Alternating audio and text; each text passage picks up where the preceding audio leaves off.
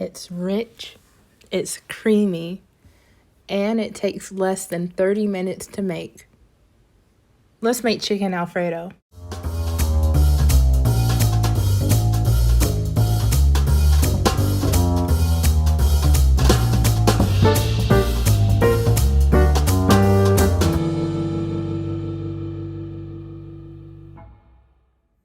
Hey guys, welcome back to Dinner for One. If you're new here, thanks for dropping by. And if you've been here before, thanks for coming back. If you don't know, in this week, we're going to go over the things that you can make with a rotisserie chicken, or specifically my top 5 favorite and most easy meals. In this video in particular, I'm going to show you how to make the best homemade chicken Alfredo. Let's go. So for this Alfredo recipe, we're going to use about 1/4 of our chicken, the heavy cream, about a cup of penne pasta, some Parmesan, and one of the frozen vegetable packets that we had left. And I used the broccoli that I had. I started by boiling some water for the pasta, and I put a generous amount of salt in it. And I let it get to a boil before I put any pasta in it to cook.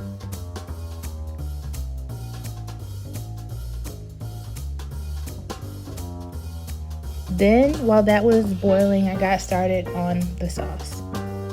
So to start off the sauce, I started off by making a roux, which is basically a fat and a flour mixed together, and its purpose is to thicken the sauce. And I like my Alfredo a little bit thicker, and so that's how I started it off.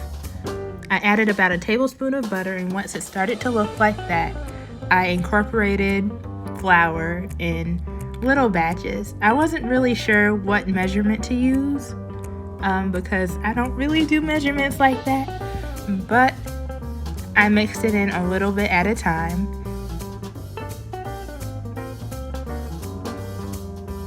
What you really want is for it to look like this.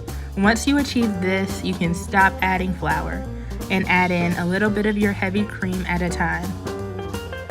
I started to work out the lumps, but you really don't have to worry about it too much because as it cooks, it'll kind of blend together.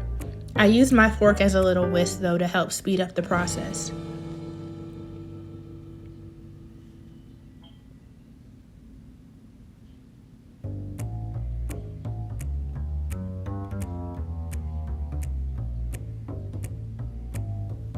As it started to blend together, I added more and more cream until I achieved the consistency that I wanted.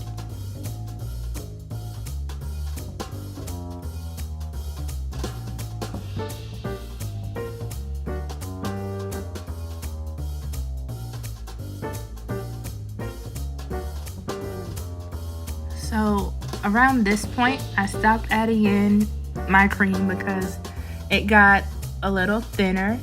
It's gonna thicken back up some a little later on, but that's where I want it right now. And I turned the heat down. And at this point, I started to add in all of my seasonings. I started with some ground black pepper,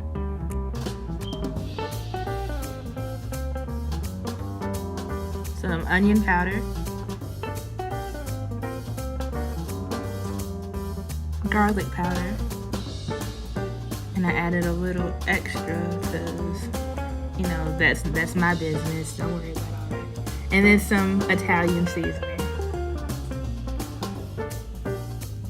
Now I didn't add salt in at this step because the Parmesan is already a salty cheese and you don't want to over salt it by adding it now.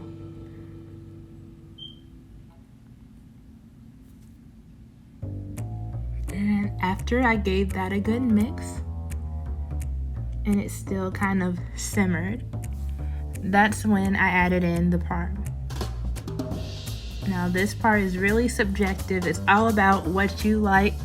You know, you don't even have to add this if you don't want it. But it also helps to make the sauce a little bit more thick, you know.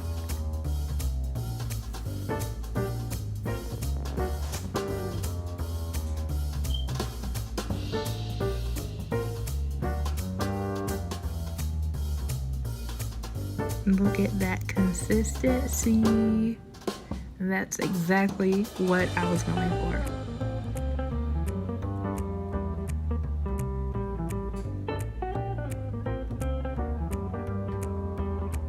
Yeah, and after I gave it a little taste, I added a little bit more salt. And that's it for the sauce.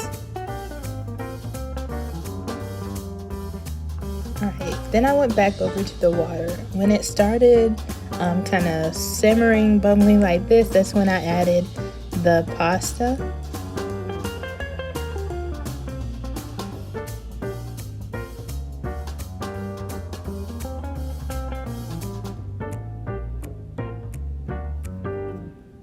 And then, don't at me, I added the broccoli, the frozen broccoli, in with the pasta so it could cook together. And in case anybody has anything to say about this, I'm gonna go ahead and show you my culinary credentials.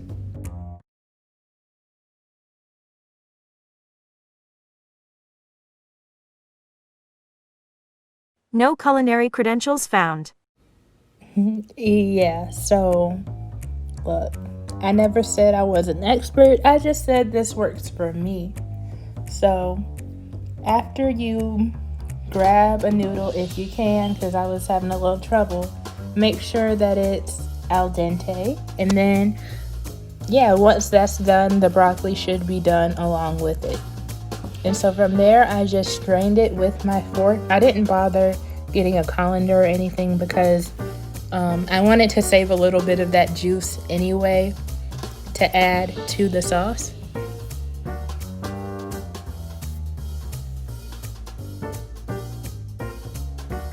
And since the pasta and broccoli was cooking in the biggest pan or the bigger pan, I added the shredded chicken, heated up of course, the heated shredded chicken and the sauce to that pan. And then I gave it a good mix. And this is what it looks like so far. You're pretty much done at this point. All you have to do is put it on a plate.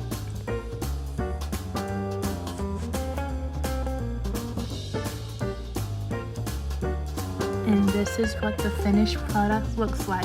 I had a little bit of extra, so I gave it to my dad a little later.